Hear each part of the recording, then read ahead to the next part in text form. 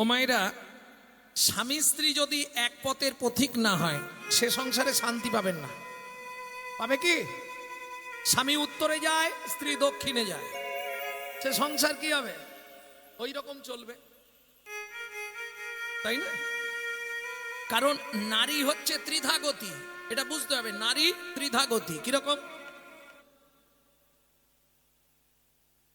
যখন বিয়ে হয়ে এসেছিলে ফার্স্ট নেম কি হয়েছিল? এই দেখো, বলতে পারবে না? দেখো মনে করে, ওদের বাড়ি কে এসছে? ওদের বাড়ি নতুন বউ এসেছে। তাহলে ফার্স্ট নাম হয় নতুন বউ। কিছুদিন পরে পাড়ায় আলোচনা হবে অমুকের স্ত্রীটা ভালো, তাহলে ফার্স্ট নেম হলো নতুন বউ, দ্বিতীয় হচ্ছে স্ত্রী, আর তৃতীয় যেটা হয় জীবনেও হবে না, সহধর্মিনী। ও খুঁজলে পাড়ায় পাবো নি, পাওয়া যাবে? আছে? যাক, তোমাদের পাড়া ভালো। তাহলে হরি বল, হরি বল। বুঝে নেওয়া গেল। কারণ নারী হচ্ছে দুমতে চলে, একটা হচ্ছে সামঞ্জস্যা, একটা অসামঞ্জস্যা। কেউ কিছু মনে করবেন না। সামঞ্জস্যা নারী কাকে বলে? একটু মায়েরা শুনবেন, কথাগুলো কাজে লাগবে। সামঞ্জস্যা নারী হচ্ছে স্বামীর যেমন আয় তেমন ব্যয়। যদি স্বামী 12,000 টাকা মাসে ইনকাম করে, ও কিন্তু 12,000-এই সংসার মেনটেন্স করবে। এটা হচ্ছে সামঞ্জস্যা নমনী। আর অসামঞ্জস্যা নারী, স্বামীর আয় 12,000, ওর খরচ মাসে 25,000, তাহলে বাকি 13,000 কোথা থেকে নেবে? ও বন্ধন গ্রুপ থেকে লোন করবে। এদিকে আছে কি? নেই? তুমি জানো নি বন্ধন লোন আছে? নেই? Group loan, group loan. আরে নিয়ে নে না, চাইতে এলে মাঠে গিয়ে বসে থাক। এ হচ্ছে অসামঞ্জস্য নারী। কি হলো দেখার দরকার নেই, ওর ওই হেমানি আমানি কিনতে 6-7 হাজার টাকা লাগে। হ্যাঁ, প্রত্যেকদিন মেকআপ করতে হবে না?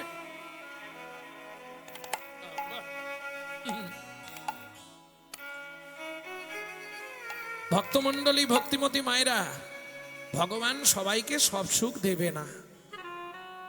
কোটি কোটি টাকা দিল রাজাকে, কিন্তু একটা সন্তান নেই। ভাবুন তো, কোটিপতি লোক চন্দ্রকান্ত রাজা, যার কোটি কোটি সম্পত্তি, কি করবে? পূর্বপুরুষ তো কেউ নেই। আরে মেয়ে থাক ছেলে থাক। আরেকটা কথা বলি, অনেকেই বলেন আরে ও তো ছেলে নেই, মেয়ে, পিন্ডি দেবে কে?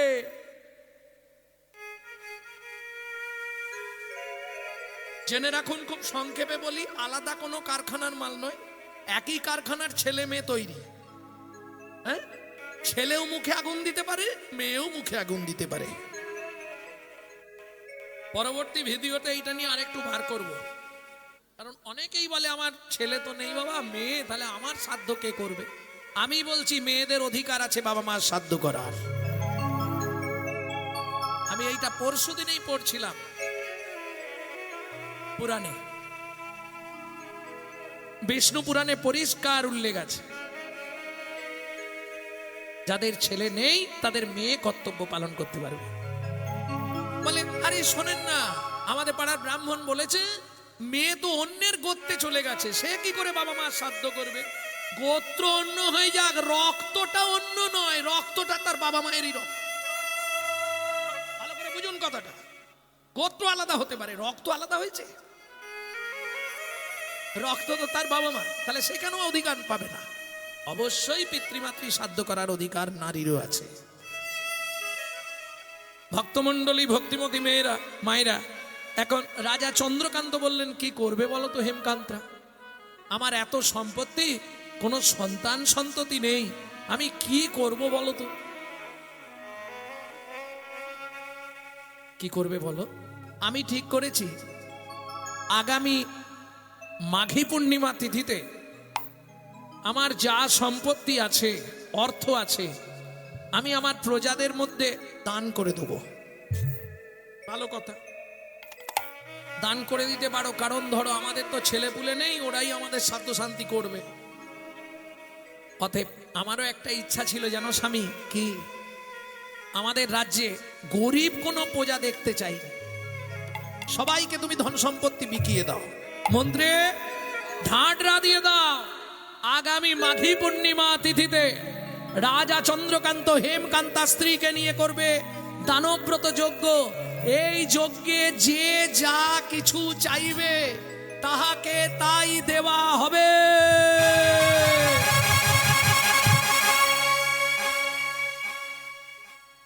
কিছু মনে করনি যে একটু মধ্যবিত্ত ছিল না, সেও সেদিন গরিব সেজে নিয়েছে।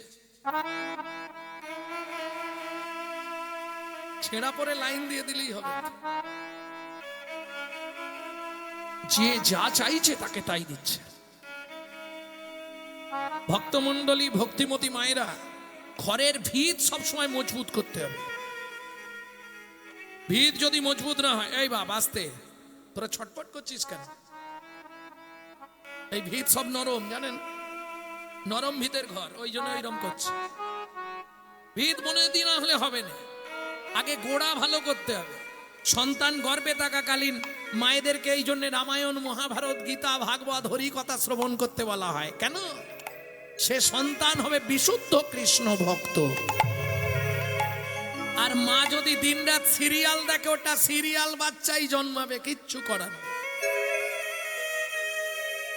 কি সন্তান গর্ভে থাকাকালীন গোবিন্দের স্নানজল খেতে হয়, নারায়ণের তুলসী পাতা খেতে হয়, জগন্নাথের মহাপ্রসাদ খেতে হয়। তাহলে সন্তান দেখতে যেমন হোক, সে পৃথিবীর বুকে একজন দিকপাল হয়ে জন্মাবে। আর মা যদি প্রত্যেক দিন ওই এগ রোল, চাউমিন, ফুচকা খায়, তাহলে ফচকে ফচকে ছেলে মেয়ে জন্মাবে। তাই গৌর হরিবল। এই রাগ করুন, আমি সত্যিটাই বলছি, বিশ্বাস করো। তাহলে গোড়া ভালো করতে হবে। এই একটা গল্প মনে পড়েছে, বলে নি, দাঁড়াও। এখন 3 মাতাল, জানো,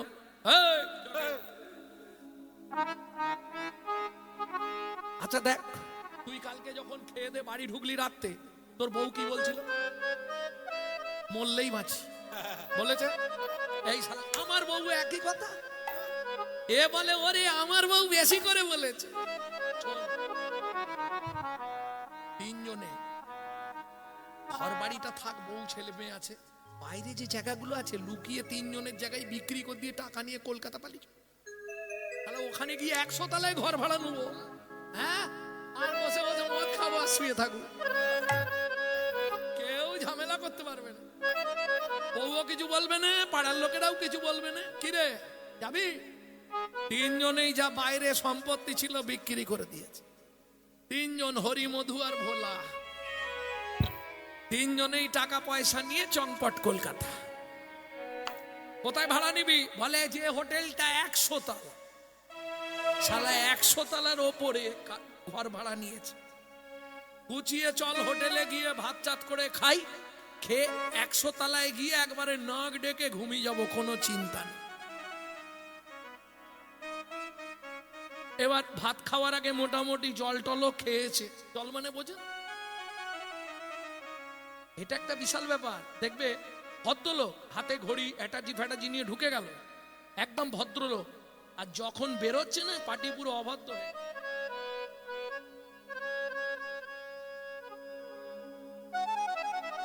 তা 3 বন্ধু মিলে খেয়েছে। এইবার 100 তলা চল গিয়ে শোবো। বলে অনু কই নিস, চল উঠে যাবো এক্ষুনি, লিফটে উঠে যাবো। যেই লিফটে উঠে সুইচ মেরেছে, পাটি কারেন্ট নেই। 100 তলা উঠবে কি করে?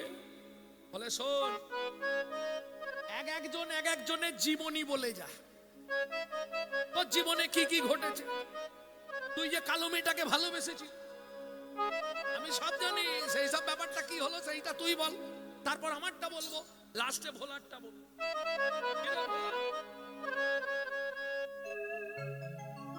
প্রথম শুরু করেছে, ও তো বলেই যাচ্ছে অনেক আশা ছিল মেয়েটাকে বিয়ে করব, আমাকে কালো দেখে পছন্দ করলো নি, জানিস কি দুঃখ আমার। আমার সামনে দিয়ে অন্য ছেলে বিয়ে করে নিয়ে চলে গেল। কতালা হলো? বলে 35 তালা। ঠিক আছে, হ্যাঁ 35 তালায় এসে গেছি, আর চিন্তা নেই। এবার আমি বলি আমি যাকে ভালোবাসতুম দেখতে হয়তো ভালো নয়, কিন্তু মেয়েটা ভালো ছিল, আমাকে রিজেক্ট করে দিল কেন? পেটটা মোটা বলে।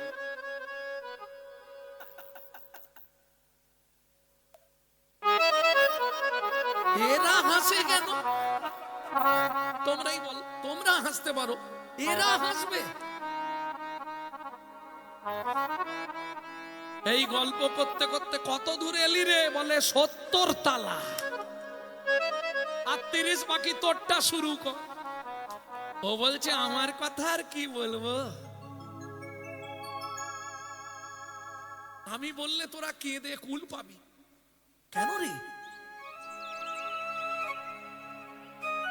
বলে শোন, আমি বিয়ে করতে গেছিলাম, বাবা মা দেখে শুনেই দিল, কি সুন্দর দেখতে, বাসর ঘরে রাত্রি পোহালো, পরের দিন শুয়ে আছি, বলি 1 কাপ চা নিয়ে এসো, অন্য একটা মেয়ে চা দিতে এলো।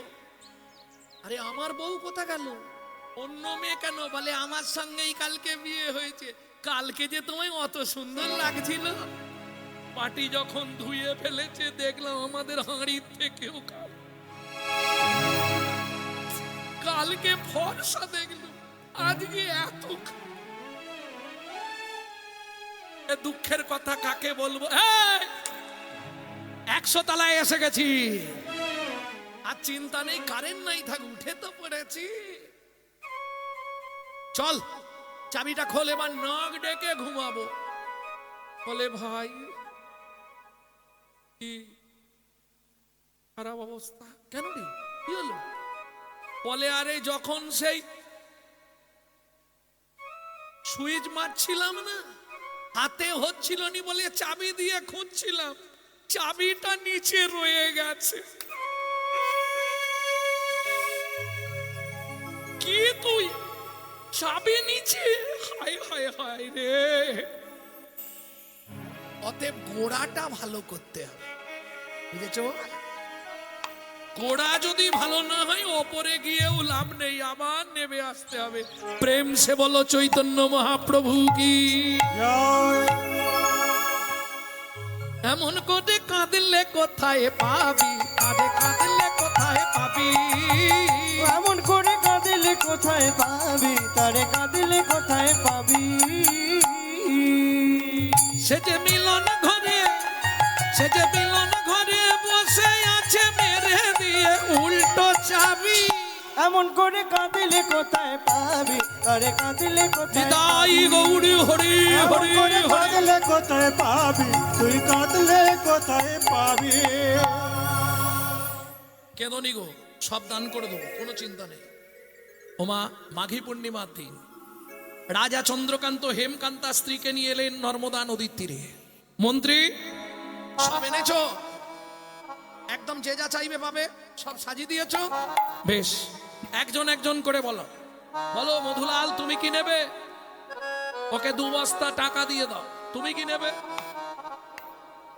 মন্দির করে দিতে হবে, ওকে মন্দিরের জন্য 2 বস্তা মোহর দাও। তুমি কি নেবে? মহারাজ, আপনার হাতির দাঁতের পালঙ্কটা খুব পছন্দ হয়েছে। বাহ, মন্ত্রী এ শালা আমাকে ঘুমাতে দেবে না আজ, আমার হাতির দাঁতের পালঙ্ককে দিয়ে দাও। তুমি কি নেবে? রাজমশাই আমাকে বস্ত্র দেবেন। ওকে 2 গাড়ি বস্ত্র দিয়ে দাও, সারা জীবন পড়বে। তোমার কি চাই? হ্যাঁ, 10 বিঘা জমি, হালের গরু 1 জোড়া। মন্ত্রী ভালো হালের গরুটা আছে? আছে। ওকে দিয়ে দিও। আর জমি 10 বিঘে নয়, ও গরিব চাষি, ছেঁড়া জামা পড়েছে, ও যতটা চায় ওকে ততটাই দিয়ে দিল। মন্ত্রী বলে চল জমিতে, কোন জমিটা নিবি চল। এই মজা দেখো, লোভে পাপ, পাপে মৃত্যু। মন্ত্রী নিয়ে গেছে, মন্ত্রী তো ঘোড়ায় করে, ও তো হেঁটে হেঁটে। এই দেখ এইটা সব থেকে ভালো জমি, এই জমিটা চলবে, একদম টানা জমি। বলে চলবে, এই জমিটা চলে যাবে। তাহলে নি, বলে যা যতটা দরকার এই নে, গোজ নিয়ে যা, শুলো নিয়ে যা, পুঁতে দিবি যা, ততটাই তো। পাটি 5 বিঘে, 10 বিঘে, 15 বিঘে।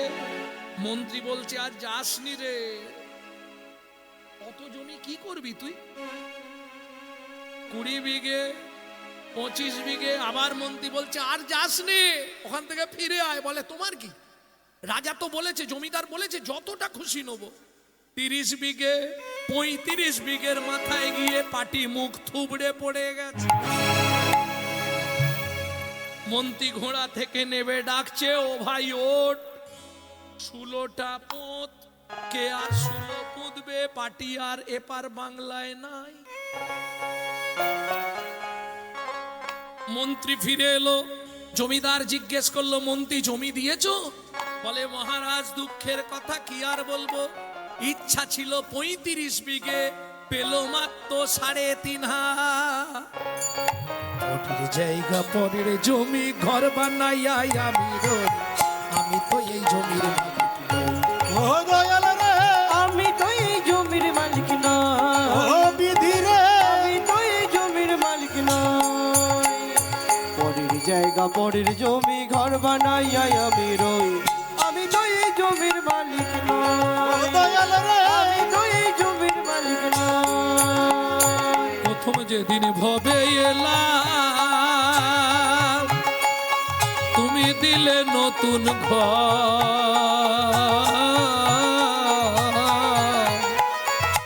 ঘরের কথা ভাবতে ভাবতে, ঘরের কথা ভাবতে ভাবতে, ঘরের কথা ভাবতে ভাবতে, ঘরের কথা ভাবতে ভাবতে, তোমায় করলাম পার। ও মাইরা, কেউ বলতে পারবেন আপনার ঘরের দরজাটা কবে খুলেছিল? কেউ পারবে না? আপনার ঘরের দরজার খোলার ডেট বলতে পারবেন না? হবে না?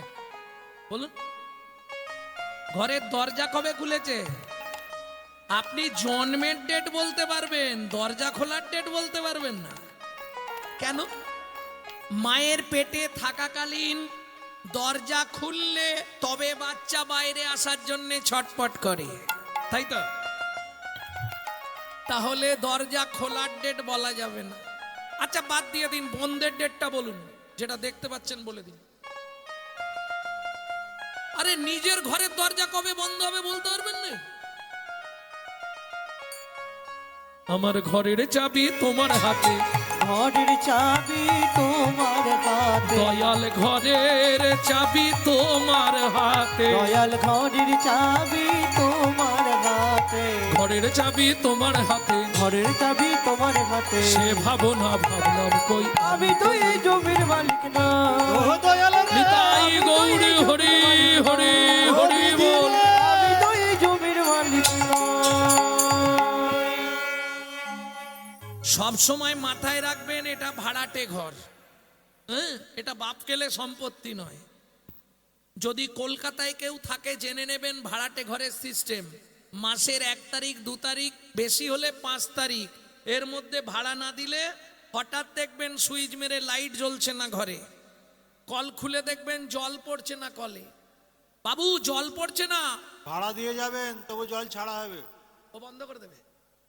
বাবু লাইট জ্বলছে না, ভাড়াটা পেমেন্ট করবেন। একই সিস্টেম, এটা আপনার ভাড়াটে ঘর। সময়ে সময়ে যদি কৃষ্ণ নাম ট্যাক্স না দেন, ঘরের ভাড়া যদি না মেটান, হঠাৎ করে দেখবেন স্যাটেলাইট অফ হয়ে গেছে, ব্যাস ছানি পড়ে গেছে। কোথাও কিছু নেই, বাথরুমের জল বন্ধ, পেট ফুলে জয় ঢাক, যা ডাক্তারখানা যা, এটাই সিস্টেম। ভাড়া মেটাও, ঘর ব্যবহার করো। আর ভাড়া যদি না মেটাও, সারা জীবন খালি খাবো দাবো আর ঘুমাবো, তাহলে বুঝতে পারবে কপালে কষ্ট আছে।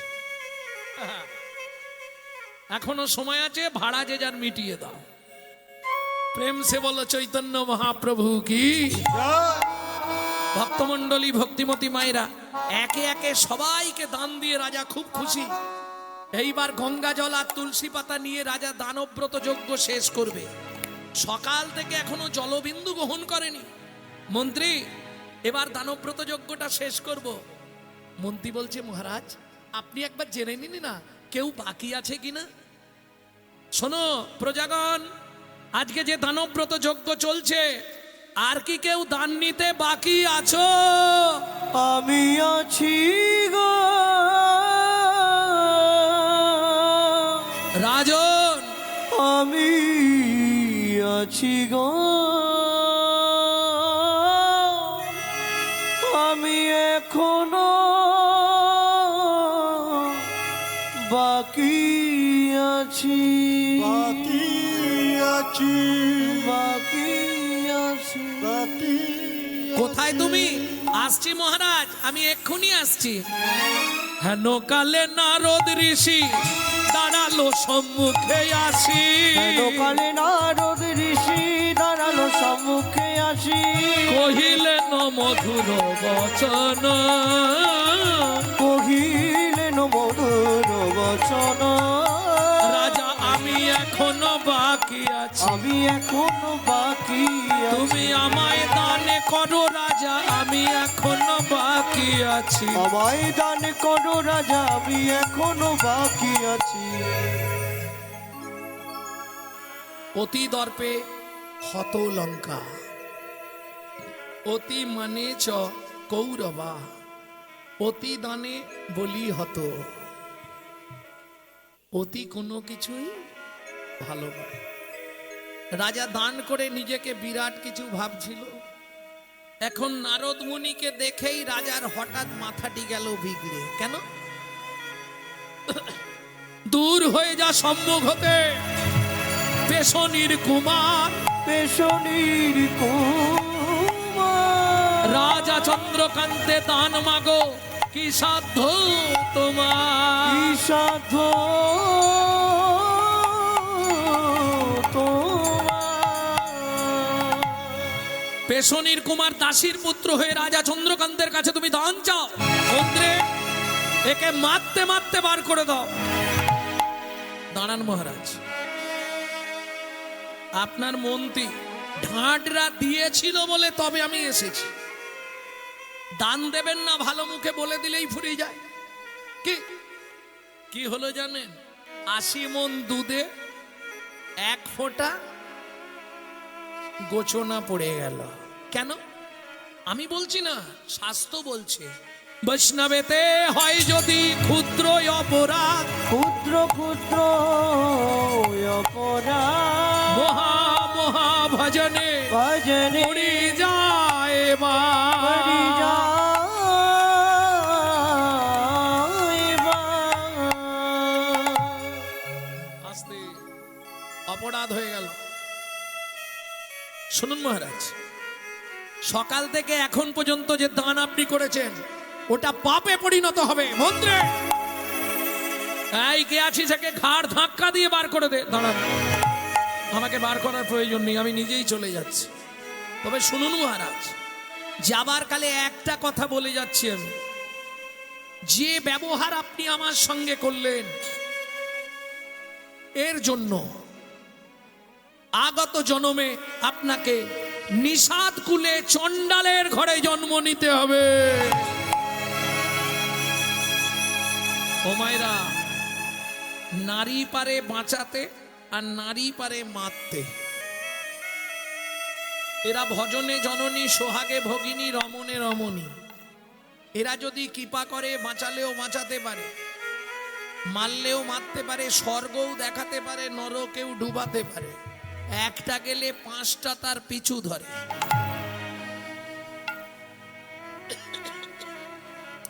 একটা পুরুষ যদি উঠে যায় একা যাবে, একটা নারী যদি ওঠে 4-5 জনকে নিয়ে তবে উঠবে। মিলিনি? ওই দেখেন, একটা দুটো ডেকে নিয়ে যাবে। চম্পার মা চনা, পিয়ার মা চনা, ও একা যাবে না। মানে নিজে তো গেলই, যেগুলো হচ্ছিল সেগুলোরও মাথা খেলো। এটা নারীর চরিত্র। তাহলে নারী বাঁচাতেও পারে। দূরে দাঁড়িয়ে ছিল রাজা চন্দ্রকান্তের স্ত্রী হেমকান্তা দেবী। যেই না নারদ মুনি ওই বলেছে, আর দেরি করেনি, ছুটতে ছুটতে এসে নারদ মুনির চরণে আছাড় খেয়ে পড়ল। ও গো মুনিব,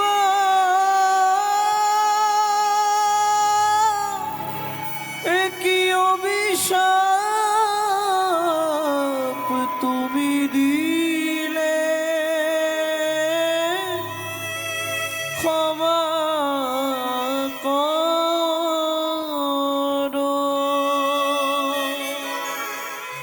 না জেনে না বুঝে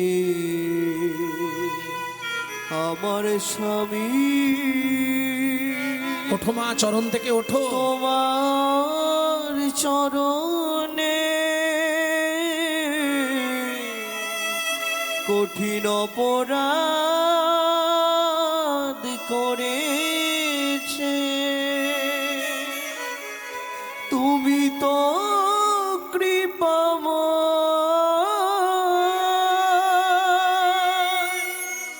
করুণা করে এই অভাগীরে কৃপা করো।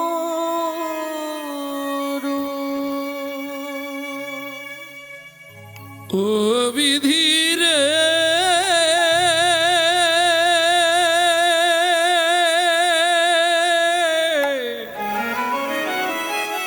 ও বিধি রে,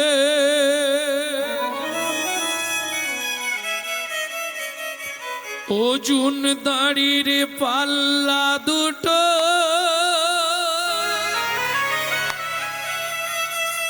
সমান হলো কি? হায় বিধাতা, তোমার এমন বিচার দেখিনি। ওজন তারি পাল্লা দুটো সমান হলো কি? হায় বিধাতা, তোমার এমন বিচার দেখিনি। একদিকে চাপালে তুমি মুঠো মুঠো ধূল, অন্যদিকে তুলে দিলে সেবা পরার ভুল। বিধাতা,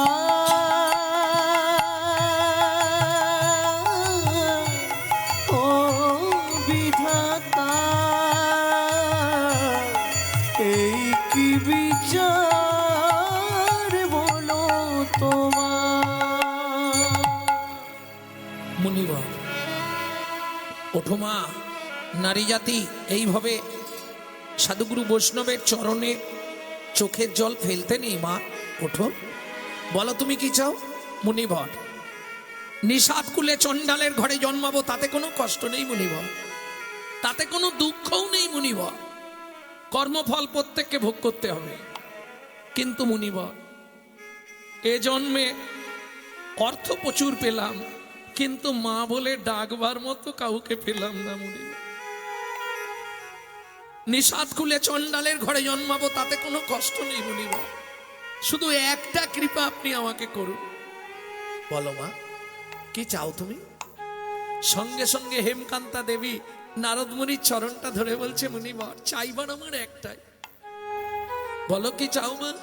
মুনিবর, নিষাদ কুলে চণ্ডালের ঘরে জন্ম নেব, তাতে কোনো আপত্তি নেই, কিন্তু একটি সন্তান পাই যেন মুনি, সে তো হরি ভক্ত হয়। নিতাই গৌর হরিবল। সন্তান পাই যেন মুনি, সে তো হরি ভক্ত হয়। তুমি এই কৃপা কর মুনি, এই কৃপা করো মুনি, ত্রিভুবন করবে জয়। একটি সন্তান পাই যেন মুনি, সে তো হরি ভক্ত হয়। একটি সন্তান পাই যেন মুনি, সে তো হরি ভক্ত হয়। তথাস্তু মা, ভগবান তোমার ইচ্ছা পূর্ণ করবে, সন্তানের দ্বারাই তোমার ভগবত দর্শন হবে। এত বলি নারদ মুনি করিল গমন, করিল গমন,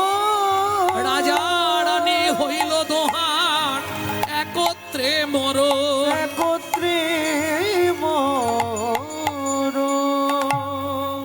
ভক্তমণ্ডলী, ভক্তিমতী মায়েরা, স্বামী স্ত্রী একসঙ্গে 7 জন্ম থাকা যায় যদি একটা ব্রত করা যায় 21 বছর, নির্জলা একাদশী ব্রত। তাহলে চলুন, স্বামী স্ত্রী দুজনেই মারা গেল, আবার দুজনের জন্ম হলো কোথায়? সিংহমপুর। নাম হলো সবর, সবরী। ছোট্ট সংসার বাঁধলো দুজনে। নিষাদকুল মানে চণ্ডাল জাতিতে, মরা পোড়ানোর কাজ। একটাই ছেলে হলো, নাম রাখলেন গুহক। বেশ ভালো। আপনারা নিশ্চয়ই জানেন এক সময় 14 বৎসরের জন্য রামচন্দ্র বনে গিয়েছিল, তাই তো? ওই বিমাতার পরামর্শে, কৈকেয়ীর পরামর্শে রামকে 14 বছর বনে দেয়া হলো, তাই তো? এটাও মিথ্যে কথা, জানেন? আপনারা যদি বাল্মীকির যেটা জিস্ট আছে, জিস্ট, সেটা পড়েন, দেখবেন এসব রামায়ণ সব মিথ্যা, সঠিক নাই। একমাত্র বাল্মীকির জিস্ট যারা পড়েছেন তারা জানবেন। যেমন দেখবেন এই কীর্তিবাসী রামায়ণে আছে না, ফুলগু নদীর তীরে সীতা বালির পিণ্ডি দিয়েছিল, আছে না? বাল্মীকি রামায়ণ পড়বেন। চিত্রকূট পর্বতে মন্দাকিনী নদীতে পিণ্ডদান হয়েছিল, দেখেছেন? আলাদা হয়ে যাবে, যার ফলে মেলাতে পারবেন না। তবে যদি মেলাতে নাও পারেন তাহলে কি বলবেন এই রামায়ণটা মিথ্যে? না, কীর্তিবাস লিখছে এটা কোনো ব্রহ্মাণ্ডে হয়েছে। অনন্ত কোটি ব্রহ্মাণ্ড তো, ভাববেন না একটাই রাম। অনন্ত কোটি ব্রহ্মাণ্ড ছিল যখন ত্রেতা যুগে, অনন্ত কোটি রাম ছিল। এ মাথায় ঢোকালে কাল থেকে ব্যবসা সব বন্ধ হয়ে যাবে। হ্যাঁ, আপনি তো একটা ব্রহ্মাণ্ডে বসে আছেন, এরকম অনন্ত কোটি ব্রহ্মাণ্ড হয় পৃথিবী ভিতর, সেখানেও তো ব্রহ্মা বিষ্ণু মহেশ্বর সবাই আছে। কোনো না কোনো ব্রহ্মাণ্ডে হয়তো ওটা হয়েছে। তা যাই হোক, যারা বলেন যে কৈকেয়ীর পরামর্শে রামকে 14 বছর বনে দেয়া হলো, এটা কিন্তু মিথ্যে কথা। তাহলে সত্যিটা কি?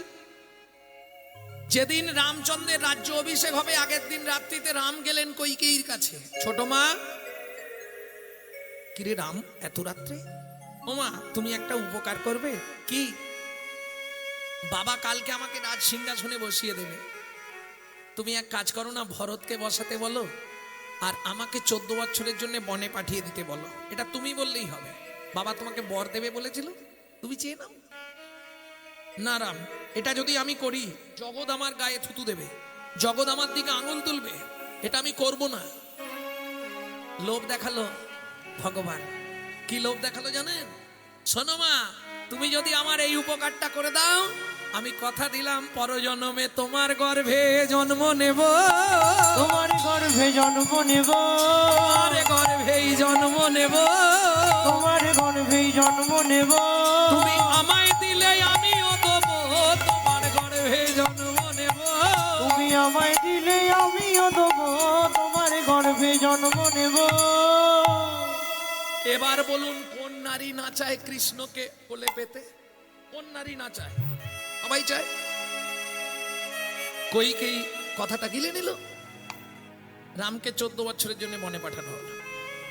কিন্তু কৈকেয়ী জানতে চেয়েছিল, বল না রাম, 14 বছরের জন্য তুই কেন বনে যাবি? তখন রাম বললে, মা, একটা গোপন কারণ আছে। কারণটা জানেন তো? না বলবো? গোপন কারণটা কি?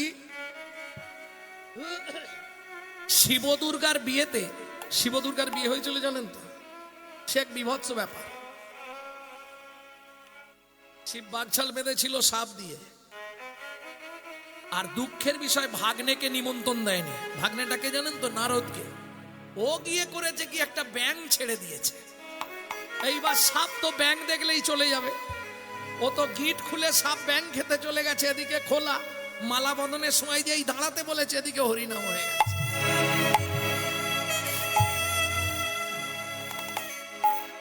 এই শিব দুর্গার বিয়েতে পুরোহিত ছিলেন ব্রহ্মা। ব্রহ্মা দুর্গার ওই রূপজ্যোতি দেখে রতি খলসিত হয়ে গেছিল।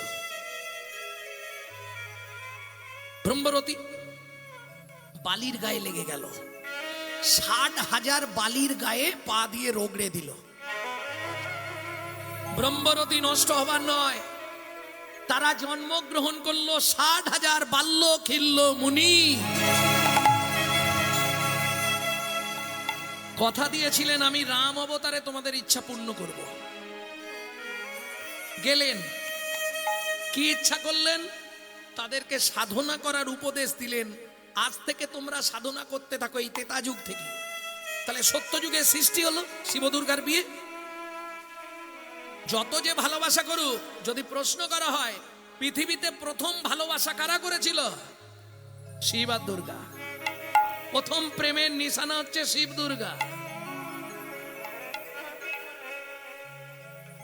ভক্তমন্ডলী, ভক্তিমতী মায়েরা, তাহলে সত্য যুগে জন্মালো। ত্রেতা যুগে এসে রামচন্দ্র বললেন, 14 বছর ধরে শিক্ষা দিলেন তাদেরকে। ওই বনভ্রমণ কালে কি শিক্ষা দিলেন? তোমরা সাধনা করতে করতে তোমাদের এই মুনি দেহটা, এই পুরুষ দেহটা গোপী দেহ হয়ে যাবে। আগত দাপর যুগে এই সাধনার দ্বারা তোমাদের পুরুষ দেহ যখন গোপী দেহ হয়ে যাবে, আগত দাপর যুগে গিয়ে তোমরাই হবে সাধন সিদ্ধা গোপী। তখন আমি ব্রজেন্দ্র নন্দন হব, কৃষ্ণ তোমাদের ইচ্ছা পূর্ণ করে দেব। তাহলে রামচন্দ্র 14 বছরের জন্য বনে গেল। এইবার বনে যেতে গেলে তো নদী পেরোতে হবে, সরজু পার হবে। সন্ধ্যা নেমে গেছে, সন্ধ্যার সময় এসে সরজুর ধারে বসেছে। লক্ষণ করত কি? রাম যেখানে বিশ্রাম করত, লক্ষণ রামায়ণ পাঠ করত, রামচরিতমানস। সবাই পাঠ শুনতে এসেছে, লক্ষণ পাঠ করছে, রাম সীতা বসে আছে। সবাই যখন পাঠ শেষ হলো চলে গেছে, একটি ভদ্রলোক বুড়ো মতন এক লোক বসে বসে কাঁদছে। লক্ষণ বললে, কি ব্যাপার, তুমি কাঁদছো কেন? বললে, লক্ষণ ঠাকুর, আমি একটা আরজি নিয়ে এসেছি। আরজি? বলো। কাল সকালেই তো প্রভু পার হবে, এখানে সব ময়ূরপঙ্খী নৌকা আছে, সবাই তো প্রভুকে নৌকায় তোলার জন্য ছটফট করবে। আমার নৌকাটা একটু ভাঙা, আমার একটু ভাঙা নৌকা, গরিব মানুষ আমি, কিন্তু আমার বহুদিনের স্বপ্ন, প্রভু যদি একবার আমার নৌকায় ওঠে, আমার তাহলে প্রাণ মন সব ভরে যাবে। তুমি একটু যদি চেষ্টা করে প্রভুকে আমার নৌকায় তুলে দাও। লক্ষণ বললে, ঠিক আছে, কাল ঘাটে কারো নৌকা থাকবে না, তোমারই নৌকা শুধু থাকবে, আমি কথা দিলাম, যাও। প্রণাম করে চলে গেল। পরের দিন সকালবেলা ঘাটে তরি বেঁধে দিয়েছে, একটু দূরে বেঁধেছে, বেঁধে মুখ ঘুরিয়ে বসে আছে, ঘাটের দিকে তাকাচ্ছে না। হরিনাম কৃষ্ণ নাম বড়ই মধুর, আর যে জন ভজে কৃষ্ণ সে বড় চতুর। উল্টো দিকে তাকিয়ে বসে আছে। এইবার রামচন্দ্র ঘাটে গিয়ে ডাক দিয়েছে, মাঝি, ও মাঝি। মুখ ঘুরিয়ে বসে আছে কেন? ও মাঝি। লক্ষণ কিন্তু এবার রেগে গেছে। কেন? কালকে আমার কাছে অত কেঁদে এলো, আজকে সে মুখ ঘুরিয়ে বসে আছে, ওর জন্য আমরা দাঁড়িয়ে থাকবো? এই মাঝি। যেই এই মাঝি বলেছে, রামচন্দ্র বলছে, না, কাউকে অসম্মান করো না, মাঝি হলেও তার তো সম্মান আছে। আমাকে ডাকছো? তোমাকে ডাকছি, তুমি তো কালকে বলে এলে প্রভুকে পার করবে, তো অত দূরে বসে আছো কেন? তাড়াতাড়ি তরি নিয়ে এসো। ঠিক আছে, আসছি। ধীরে ধীরে মাধব মাঝি তরিটা কুলে নিয়ে এসছে। সীতা উঠেছে, লক্ষণ উঠেছে, বলে, দাঁড়াও, তুমি উঠবে না কেন? বলে, শোনো, কদিন আগে শুনেছি তোমার পা লেগে একটা পাথর নাকি মেয়ে হয়ে গেছে। আজকে আমার নৌকা যদি মেয়ে হয়ে যায়, নারী হয়ে যায়, তাহলে আমার বাড়িতে বউ আছে, কাকে সামলাবো? বসো, ঘাটে বসো, আমি তোমার পাটা ধুইয়ে দিই। লক্ষণ বলছে, আচ্ছা মাধব, তুই যে পা ধোয়াবি, জলটা তুলবি কিসে? বলে, লক্ষণ ঠাকুর শুনবে আমার কথা, এমনি এমনি তোমার কাছে যাইনি, তবে সেই সত্যযুগ থেকে আমি সেদিন থেকে জল তুলে রেখেছি। আমি সেদিন থেকে জল তুলে রেখেছি, প্রভুর চরণ ধোয়াবো বলে সেদিন থেকে জল তুলে রেখেছি। প্রভুর চরণ ধোয়াবো বলে সেদিন থেকে জল তুলে রেখেছি। মানে তো বুঝলাম না। রামচন্দ্র বলছে, এই মাধব, সেদিন থেকে জল তুলে রেখেছিস কেন? বলে, প্রভু তাহলে বলি, তুমি যখন ক্ষীরদের কুলে অনন্ত শয্যায় শায়িত ছিলে, লক্ষ্মী পদ সেবা করছিল, তখন আমি একটা কচ্ছপ ছিলাম, বারবার উঠছিলাম তোমার পায়ের তলাটা একটু চেটে দেখবো বলে, কিন্তু মা লক্ষ্মী আমাকে ছুঁড়ে জলে দূরে ফেলে দিয়েছিল। ওই সমুদ্রের নোনা জল নাকে মুখে ঢুকে গেল, আমি কাঁদলাম। তুমি তখন আমাকে বলেছিলে, তুই কাঁদিস না, আগত তেতা যুগে তুই মাঝি হবি, আমি ঘাটে যাব।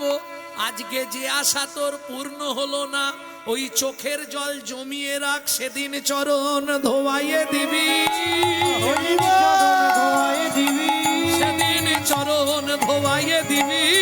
সেদিন চরণ ধোয়ায় দিবি।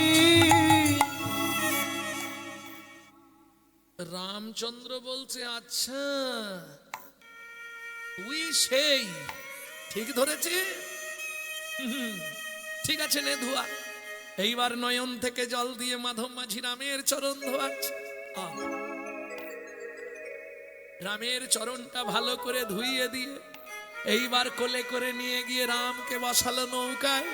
নৌকায় বসিয়ে মাধব হাল ধরেছে, তরি চলে হেইয়া হেইয়া হেইয়া রে, তরি চলে হেইয়া হেইয়া হেইয়া রে। ওগো এতদিনে মনের আশা পূরণ হইল, চলে হেইয়া হেইয়া হেইয়া রে, তরি চলে হেইয়া হেইয়া হেইয়া রে।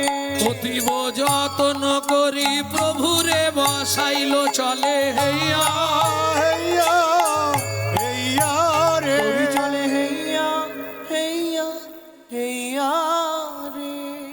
হাল ছেড়ে দিয়েছে। আরে মাধব, হাল ধর, হাল ছাড়লি কেন? মাধব হাল ছেড়ে দিয়ে তরির মধ্যে লাফাচ্ছে, আর যত এইরকম করছে নৌকাটা কিরম করছে। ভগবান বলছে, রামচন্দ্র, এ মাধব, এটা কি করছিস তুই? বলে, তোমাকে একটা শিক্ষা দেবার জন্য করছি। আমাকে শিক্ষা দিবি? কি শিক্ষা মাধব? বলে, প্রভু এবার তুমি ভাবো, এই জগৎ সংসারে যে তরণী, সেই তরণীতে যখন ঢেউ লাগে, সংসার যখন টলমল করে, প্রভু একবার মনে মনে ভেবে দেখো, তখন জীবের দুঃখ কেমন লাগে, জীবের দুঃখ কেমন লাগে, জীবের দুঃখ কেমন লাগে, জীবের দুঃখ কেমন লাগে। তুমি ভগবান, তোমার যদি এমন লাগে, তাহলে জীবের কেমন লাগে? যখন তার সংসারে টাল বেটাল দাও, টাল বেটাল দাও, আজ এর অসুখ, কাল ওর জ্বালা, কার ওই, তখন তার কেমন হয়, সেইটা বোঝাবার জন্যে আমি নৌকাটা বারবার। হ্যাঁ রে মাধব, তুই তো ভাড়া ঠিক করলি নি, তুলে নিলি, কত কি ভাড়া দিতে হবে? মাধব হাসছে। আচ্ছা, ধরুন কোনো ড্রাইভার গাড়ি নিয়ে যাচ্ছে, তার গাড়িতে একটু সমস্যা হলো, অন্য গাড়ি ধরে সে হয়তো গ্যারেজে যাবে, ওই ড্রাইভার ভাড়া নেবে? ভাড়া নেবে? প্রকৃত ড্রাইভার সে নেবে না। আমিও ড্রাইভার, ও ড্রাইভার। মাধব বলছে, প্রভু তুমি ভাড়া দিতে চাইছো, হ্যাঁ? তোমার মনে নেই আমিও মাঝি, তুমিও মাঝি, আমিও মাঝি তুমিও মাঝি, আমিও মাঝি, তুমিও মাঝি, আমিও মাঝি তুমিও মাঝি কি মাঝির কাছে ভাড়া নেয় গো, আমিও মাঝি তুমিও মাঝি কি মাঝির কাছে ভাড়া নেই গো। আমি আজকে যেমন তোমায় পার করে দিলাম, তুমি কথা দাও আমায় সেদিন পার করে দেবে। পার করে দেবে। একবার ডাক দিলে চলে আসবে সেদিন পার পার করে দেবে। একবার ডাক দিলে চলে আসবে সেদিন পার করে দেবে। এই মাধব, তীরে এসে গেছে ঠেকা তরি, বারবার তীরের সামনে দিয়ে চলে যাচ্ছিস, তীরের তরিটা ঠেকাবি তো? বলে প্রভু ইচ্ছা করে ঠেকাচ্ছি না। কেন? আর একটা শিক্ষা তোমার বাকি আছে। কি? বুঝলে না প্রভু?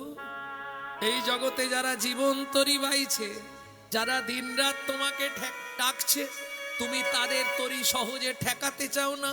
আজকে কথা যাও, যারা তোমার জন্য চোখের জল ফেলবে, তোমায় ডাকবে, তোমার জন্য কাঁদবে, তুমি তাড়াতাড়ি তরি ঠেকাইয়ে দেবে। তাড়াতাড়ি তার দেখাইয়ে দেবে। তাড়াতাড়ি তরি ঠেকাইয়ে দেবে। তাড়াতাড়ি তরি ঠেকাইয়ে দেবে। মাধব নেমে গিয়ে নাঙড় দিল, নৌকা থেকে লক্ষণ নামলো, সীতা নামলো। রামকে নামতে দেবে না, বলেছে আমি কোলে করে নামাবো, পা দেবে না নৌকায়। রামচন্দ্র শুনল না, পা দিয়ে হেঁটে গিয়ে যেই না নেমেছে, এদিকে তরিতে আগুন লেগে গেল। মাধব দেখেই চমকে উঠল, কাষ্ঠ তরি আর নেই, তরিটা কাঠের নাই, সোনার হয়ে গেছে। আচ্ছা, আনন্দ হবে না? কি গো, আসতে ধরো তুমি বালতি নিয়ে জল আনতে যাচ্ছ, তোমাদের কথাই বল, হঠাৎ কোন একজন সাধু ছুঁয়ে দিল, বালতিটা সোনার হয়ে গেল, তোমাকে এখন ধরে কে? 1.5 লাখ টাকা ভরি, সঙ্গে সঙ্গে দোকানে দৌড়াবে, দে যা বলছে, বালতি ভেঙে আমার গয়না করে দে। তাই হবে না? ও মাধব, তুই খুশি নয়? প্রভু তুমি কি সর্বনাশ করলে? কেন রে? তরণী একটু করে সোনা ভাঙবি, বিক্রি করবি আর সংসার চালাবি? বলে প্রভু সকালবেলা তোমার চরণে তুলসী দিয়ে ঘাটে আসি, এপার থেকে ওপার যাই তোমার নাম করি, ওপার থেকে এপারে আসি তোমার নাম করি। আজকে তুমি এমন সোনার তরি করে দিলে, আর তোমার নাম করা হবে না। প্রত্যেক দিন সোনা বাজারে বেচবো আর খাবো। এ জীবন থাকার চেয়ে মরাই ভালো। জীবন থাকার থেকে মরাই ভালো। আমি সোনার তরি নব না গো, থাকার চেয়ে মরাই ভালো। আমি সোনার তরি নব না গো, থাকার চেয়ে মরাই ভালো। ও মাধব, তরি নিবি না? না প্রভু, এই তরিতে আমার কাজ নেই, তুমি অন্য কাউকে সোনা দাও, আর যদি দিতেই হয় আমার হৃদয়ে ভক্তির সোনা দিয়ে বাঁধিয়ে দাও। ঠিক আছে, তাই হবে, তাই তোর ইচ্ছা পূর্ণ হবে। এত বলি রামচন্দ্র চললেন, সীতাকে লক্ষণকে এক জায়গায় রেখে রাম পরিভ্রমণ করতে গেলেন। এই পরিভ্রমণ করতে করতে গভীর জঙ্গলে রাম প্রবেশ করে ফেলেছে। এই যে এই গভীর জঙ্গলে ঢুকেছে, খুব পিপাসা লেগেছে। দুপুরের সময় একদম সূর্যের তাপ মাথায় পড়েছে, প্রচন্ড পিপাসা লেগেছে, চিৎকার শুরু করে, এখানে কেউ আছো? আমায় একটু জল দেবে? ঠিক সেই সময় শবরী মায়ের ছোট্ট ছেলে গুহা কাঠের বোঝা মাথায় নিয়ে ফিরে আসছে। মানে খুব দিন দরিদ্র তো, ওই জঙ্গল থেকে কাঠ ভাঙে, আর কাঠ ভেঙে বাড়িতে নিয়ে এলে রন্ধন হয়। ও কাঠ ভাঙতে গেছিল, ফিরছে, আর সেই সময় আওয়াজটা কানে এসছে, এখানে কেউ আছো? আমার ছাতি ফেটে যাচ্ছে, একটু কেউ জল দাও না গো, কেউ আছো? শবরী মায়ের ছোট্ট ছেলে গুহক কাঠের বোঝাটা নামিয়ে রেখে গিয়ে দেখে সুন্দর সুঠাম চেহারা। ও লোকটা, কি গো এত বড় চেহারা নিয়ে এখানে দাঁড়িয়ে আছো কেন? বলে খুব পিপাসা লেগেছে, কথা বলতে পারছি না, একটু জল দেবে? ধ্যাৎ, এখানে কোথাও জল নেই। রামচন্দ্র হাত জোড়ো করে বলছে একটু জল দাও না বাবা।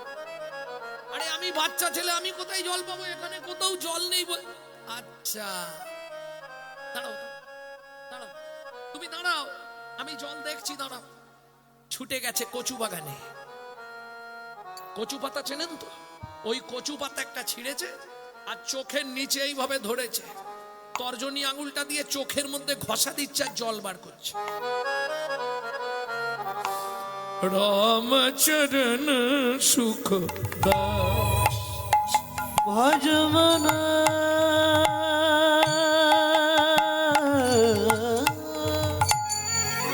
ভজমন ভজমন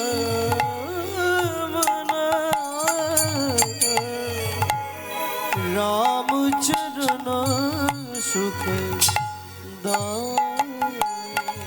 ভজমন রামচরণ সুখ দায়। जाको चरणन में पाषाण उतार, जाको चरण में पाषाण उतार, माधव तरनी शरणकारी,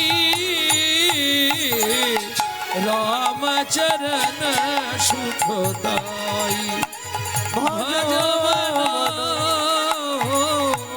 रामचरण रामचरण सुख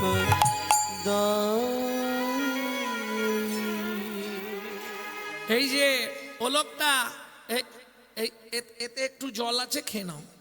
কচু পাতায়, কচু পাতায় জলটা দিয়েছে। রামচন্দ্র জলটাকে ধরে, আরে খোকা এটা কি জল দিলি তুই আমাকে, এরকম স্বাদ কেন? ও ঠাকুর তোমায় তো মিথ্যে বলবো না, এখানে কোথাও জল নেই গো। আমি বলবো, বল। আমি আমি আমি চোখের জল বার করে তোমায় দিয়েছি। যেই বলেছে চোখের জল বার করে দিয়েছি, রামচন্দ্র ছুটে গিয়ে গুহককে বুকের মধ্যে জড়িয়ে ধরলো। আর যেই না গুহককে বুকে জড়িয়ে ধরলো, গুহক চিৎকার করে উঠলো, ঠাকুর কিরে তোমার জাত মরে গেল কেন? আমি জাতিতে চণ্ডাল, মেলেচ্ছ জাতি, তুমি আমায় ছুঁয়ে ফেললে। তোমাকে তো দেখে মনে হয় ঠাকুর। কি নাম তোর? আমার নাম গুহক। তোমার নাম? আমার নাম শ্রী রামচন্দ্র। কে তোকে বলেছে তোকে ছুলে জাত চলে যায়? শোন গুহক, শাস্ত্র বলে চণ্ডাল হপি মুনি শ্রেষ্ঠ, হরি ভক্তি পড়ায় না। চণ্ডাল চণ্ডাল নয় যদি হরি বলে, যদি হরি বল, ব্রাহ্মণ চণ্ডাল হয় যদি অসৎ পথে চলে। যদি অসৎ পথে চলে। এই শোন গুহক, আজ থেকে তুই আমার বন্ধু হবি। কেমন? আজ থেকে তুই আমার বন্ধু। দেখ তুমি অত বড় লোক, বন্ধুত্ব হয়? হ্যাঁ আজ থেকে তুই আমার বন্ধু। বেশ ঠিক আছে, আমি আসছি। কাঠের বোঝা নিয়ে গুহক নাচতে নাচতে যাচ্ছে, মনে খুব আনন্দ। অত বড় লোকটা আমাকে বন্ধু করেছে, মনে আনন্দে কাঠের বোঝা মাথায় নিয়ে নাচতে নাচতে যাচ্ছে। কৃষ্ণ কেশব কৃষ্ণ কেশব কৃষ্ণ কেশব দাই রাম রাঘব রাম রাঘব রাম রাঘব लक्ष्मण कृष्ण केशव कृष्ण केशव कृष्ण केशव ताये मां, राम राघव राम राघव राम राघव लक्ष्मण। কৃষ্ণ কেশব কৃষ্ণ কেশব কৃষ্ণ কেশব ত্রাহি মন, রাম রাঘব রাম রাঘব রাম রাঘব लक्ष्मण कृष्ण केशव कृष्ण केशव कृष्ण केशव ताये নিতাই গৌর হরি হরি হরি বল। राम राघव लक्ष्मण। কিরে গুহক এত দেরি হলো? ও মা, কাঠটা নামাই আগে বলছি।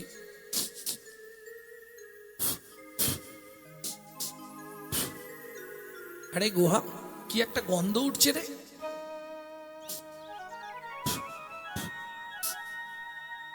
কিসের গন্ধ? ওমা মা, একটা লোক না খুব পিপাসায় কাঁদছিল, আমি কচু পাতা ছিঁড়ে চোখের জল বার করে তাকে খাইয়ে দিয়েছি। সে কি রে? তারপর সেই লোকটা আমাকে জড়িয়ে ধরেছিল, আর জানো মা, সেই লোকটার গায়ের এই গন্ধটা এইরকম। সবরী মায়ের চোখে জল এসে গেল। গুহক, সত্যি কথা বল, তুই কাকে জল খাইয়েছিস?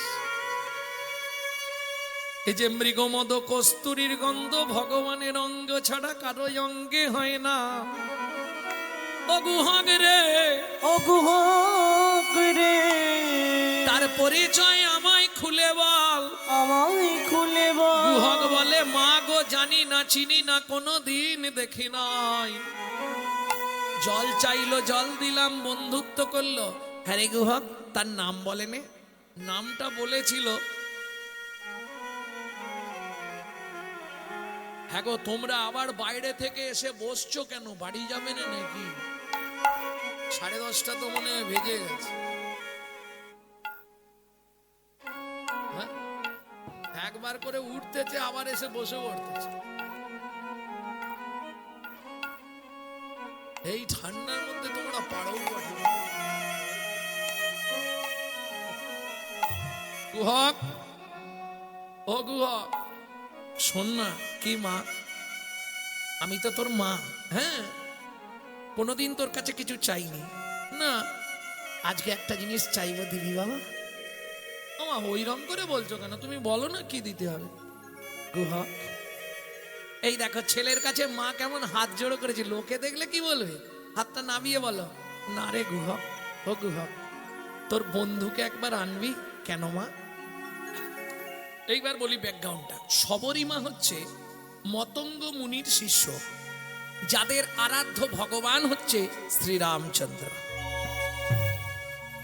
যখনই শুনেছে যে রামচন্দ্র শবরী মায়ের মাথাটি গেছে ঘুরে, খোকা একবার তোর বন্ধুকে আনবি? তুমি বলছো, আমি গিয়ে বলবো, তবে শোনো মা, যদি আনতে হয় আসতে 2-1টা মিথ্যে কথা বলতে হবে। বলবো কি খোকা? মিথ্যে যদি বলিস কান ধরে বলবি। কেন কান ধরে বলবো? কেন? শবরী মা বলছে কানে গুরুদেব থাকে, গুরুদেবের কাছে ক্ষমা চেয়ে নিবি, তাহলে ঝামেলা নেই। মিথ্যে বলবি কিন্তু গুরুদেবের কাছে ক্ষমা চেয়ে নিবি যে আমি এই কারণে মিথ্যে বলছি। মানেটা বুঝলেন না? ধরুন কোন এই দিদি ভাইরা দাদাদের পকেট থেকে পকেট মার করে দিয়েছে, এইবার দাদা সকালবেলায় উঠে বলছে আমার পকেটে 500 টাকা 3টে নোট ছিল, একটা দেখছি 2টো গেল। তখন আপনাকে মাথা ছোঁয়াবে, মাথা ছুঁয়ে বলতে হবে। কিভাবে বলবেন? শিখে নিন আমার কাছে, এটা শেখানো যাবে না, তাহলে অসুবিধা আছে। শিখিয়ে দিলে কাল থেকে চোট হতে শুরু হবে, তখন দাদারা, এখানকার দাদারা সব ফোন করতে শুরু করবে। যে কথা ভগবান, আমি নয়, এটা ভগবান শিক্ষা দিয়ে গেছে।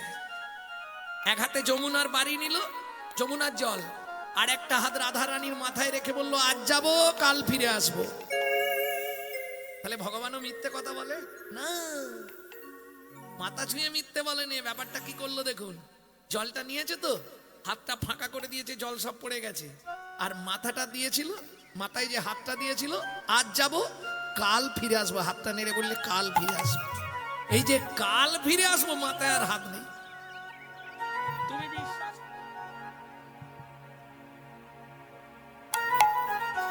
এই নিইনি বলার আগে হাত তুলে নিতে হবে, কিন্তু নিয়ে নাড়ি দিতে হবে, তাহলে দুটো কাজই হয়ে গেল, নিইনিও হয়ে গেল, হাতটাও নাড়া হয়ে গেল। আমি গালাগালি চারটি খাবো এই পাড়া থেকে। ঠিক আছে মা, তাহলে কান ধরে মিথ্যে বলবো, তাই বলবি। ভক্তমন্ডলী, ভক্তিমতী মায়েরা, পরের দিন গুহক খেলতে গেল বনে। সারা জঙ্গল খেলাধুলা করে কাঠ কুড়িয়ে কাঠ আনবে, কাঠ এক ধারে ফেলে রেখেছে। বন্ধুদের বলছে তোরা কাঠগুলো নিয়ে চলে যা, আর আমি আজকে সন্ধ্যের সময় বাড়ি যাব। কেন? সন্ধ্যে না হলে তো রামচন্দ্র ফিরবে না। যেই একটু একটু বেলা ডুবছে ওই গাছের তলায় বসে গান গাইছে। যদি বসে থাকে তাহলে তো রাম চলে যাবে, দেখবে না। গান গাইলে রাম ঠিক লক্ষ্য করবে। এই গানটি আপনাদের শোনাবো। গানটি আমার দাদুর দাদু গাইতো, শশীভূষণ চক্রবর্তী কীর্তন করতেন। তারপরে গাইতেন দাদুর বাবা মাধব চক্রবর্তী, তারপরে গাইতেন দাদু যতীন্দ্রনাথ চক্রবর্তী, তারপরে গাইতেন বাবা কালীপদ চক্রবর্তী। এখন আমি গাইছি গৌরাঙ্গ সুন্দর চক্রবর্তী। সবাই আশীর্বাদ করবেন। আমার পরবর্তী জেনারেশন তৈরি হচ্ছে, আমারই পিছনে একমাত্র সম্পদ গৌরব কৃষ্ণ চক্রবর্তী। তাই গৌর হরি বল। এই যে গানটি শোনাবো, এই গানটি শিখেছি আমি আমার মায়ের কাছে। লুকিয়ে তোমায় রাখবো ঠাকুর আমার হৃদয় মাঝে, লুকিয়ে তোমায় রাখবো ঠাকুর আমার হিয়া মাঝে। আমি মনে মনে তোমার পূজা, আমি মনে মনে তোমার পূজা করব সকাল সাজে আমার হিয়া মাঝে। লুকিয়ে তোমায় রাখবো ঠাকুর আমার হিয়া মাঝে। নাইবা যদি দেবদাসীরা তোমার মাথায় চামর ঢোলায়, ক্ষতি কি তাই শঙ্খ ঘণ্টা বলো ক্ষতি কি তাই শঙ্খ ঘণ্টা। নাইবা যদি বাজে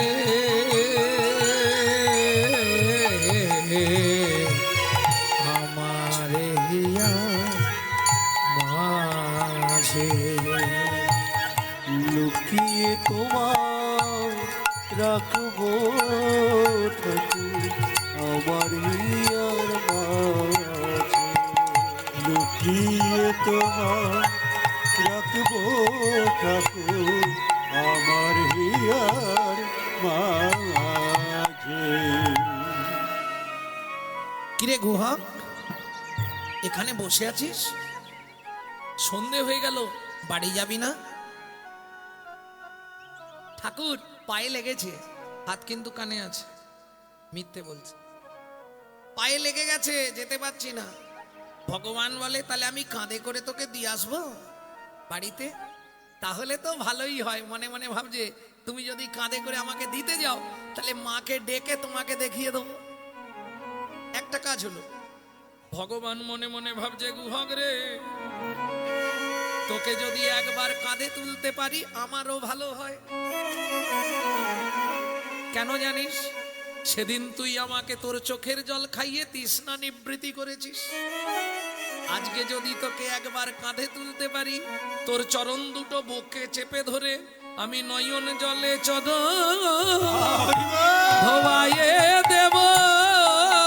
হরি হরি নয়নে জলে চরণ ধোয়াইয়ে দেব। গুহকে সেদিনের ঋণ আমি শোধ করিব। নয়নে জলে চরণ ধোয়াইয়ে দেব। তোর সেদিনের ঋণ শোধ করিব। নয়নে জলে চরণ ধোয়াইয়ে দেব। তোর সেদিন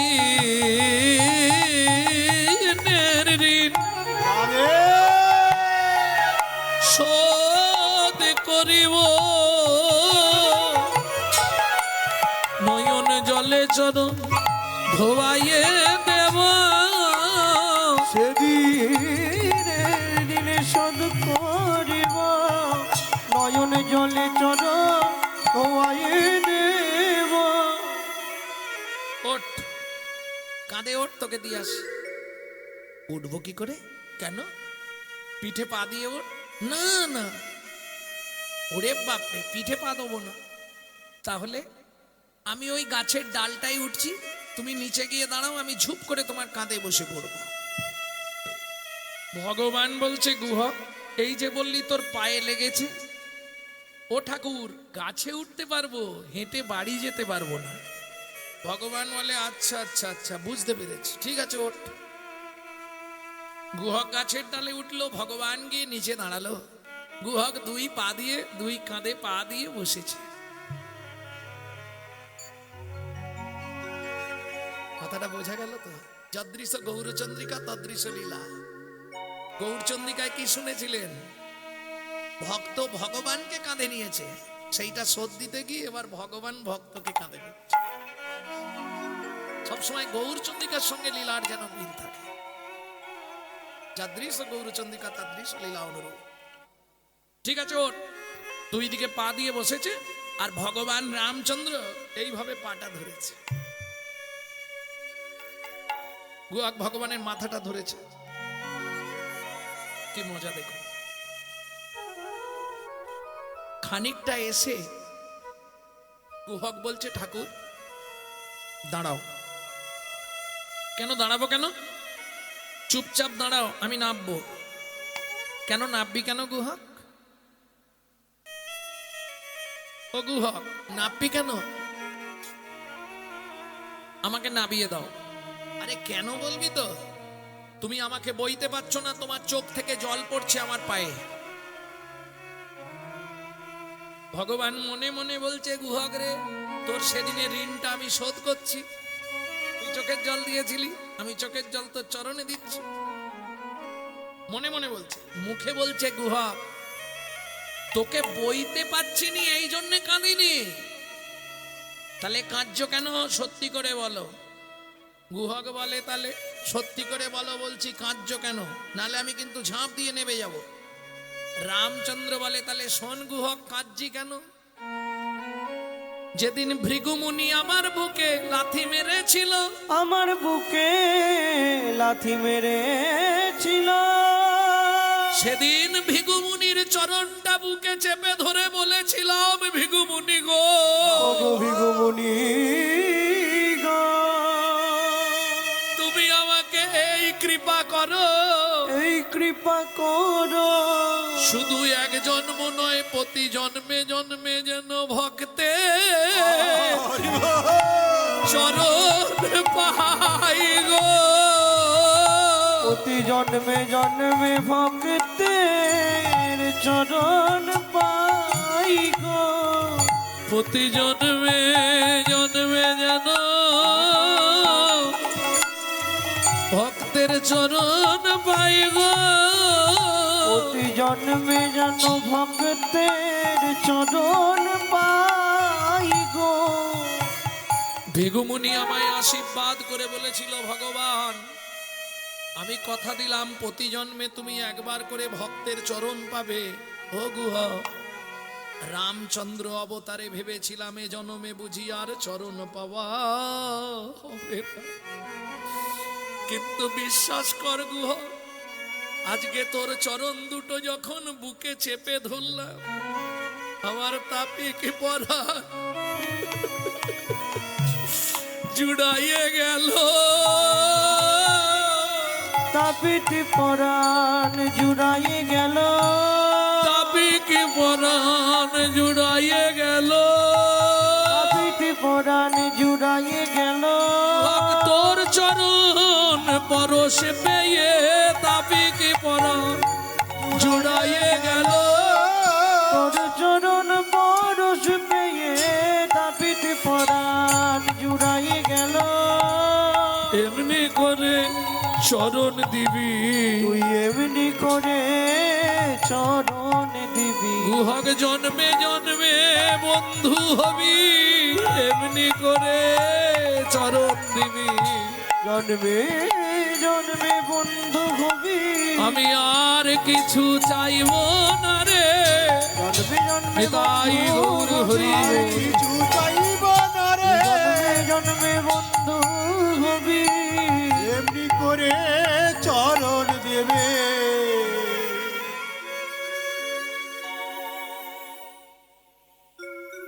এখনো কতটা, কিরে বল, এখনো কতটা যেতে হবে? এসে গেছি ঠাকুর। মা, ও মা, অমৃত নিন্দিত বাণী ভুবন মঙ্গল ধ্বনি, অমৃত নিন্দিত বাণী ভুবন মঙ্গল ধ্বনি আর তাহে স্নেহের সহিতে, আর তাহে প্রেমের সহিতে সবরীর কর্ণে আসি প্রবেশিল সুধারাশি, খবরির কর্ণে আসি প্রবেশিল সদারাশি হিয়া ধরি রহে চমকিতে, ইয়া ধরি রহে চমকিতে সবরীমা হাত জোড়ো করে, রে গুহক কোথায় উঠেছিস তুই? নাপ তাড়াতাড়ি। গুহক ঝাঁপ দিয়ে নামলো। রামচন্দ্র বলে, কি রে পায়ে ব্যথা নেই? না ঠাকুর, সেরে গেছে। ও আচ্ছা। সবরীমা হাত জোড়ো করে বলছে, প্রভু এসেছো যখন এখান থেকে ফিরে যাবে, একবার আমার ঘরে চলো। যদি কৃপা করে এলে প্রভু এই দুঃখিনীর দুয়ারে, যদি কৃপা করি এলে প্রভু এই দুঃখিনীর দুয়ারে আমি নয়ন বাড়ি তুলে রেখেছি চরণ ধোবার তরে, যদি কৃপা করে করে এলে প্রভু এই দুঃখিনীর দুয়ারে যদি কৃপা করে এলেন প্রভু দুঃখিনীর দুয়ারে। শাস্তে বলে অতিথি বৈমুখ হলে পুণ্য যায় রসাতলে। কিছু মুখে না দিয়ে তো আমি যেতে দেব না। তোমার ভয় নেই প্রভু? কথা দিচ্ছি, জাতিতে চণ্ডাল মোড়া তোমায় অন্ন নাহি দেব, অন্ন নাহি দেব পাকা মিষ্টি ফল আছে একটা ভোজন করাইব। ভোজন করাইব রামচন্দ্র বললে, হবে না মা। কেন হবে না? আমি যখন বনে আসছিলাম পিতা দশরথ আদেশ করলো, রাম বাবা একটা কথা কান খুলে শুনে রাখ, বলো বাবা, কারো ঘরে না যাইবা, কিছু না খাইবা, কিছু না খাইবা 14 বছর বনে বনে ভ্রমণ করিবা। ভ্রমণ করিবা বাবার আদেশ পিতৃ আজ্ঞা আমি লঙ্ঘন করতে পারবো না, কারো ঘরেও যাব না, কিচ্ছু খাবো না। সবরীমা মূল্য এত আশা করে আমি তুলে রেখেছিলাম তোমার জন্য ফল, তুমি খাবে না? বেশ, আমাকে ফল খাওয়ানোর তোমার খুব ইচ্ছা। আমার গুরুদেব বলেছিল, আগের ভাগ রামচন্দ্রের জন্য তুলে রাখবি, প্রভু একদিন তোর কাছে আসবে। দেখো এলে তুমি, অথচ একটা ফল তুমি মুখে দাও না। বললাম তো খাবো না, তবে কথা দিতে পারি কি, আগত দাপর যুগে আমি হব ব্রজেন্দ্রনন্দন কৃষ্ণ। তুমি জন্ম নেবে মথুরা থেকে 5 কোষ দূরে যমুনা নগরে। যমুনা পার হয়ে, মথুরা থেকে যমুনা পার হয়ে তুমি বৃন্দাবনে ফল বেচতে আসবে। আমি কথা দিলাম সবরীমা,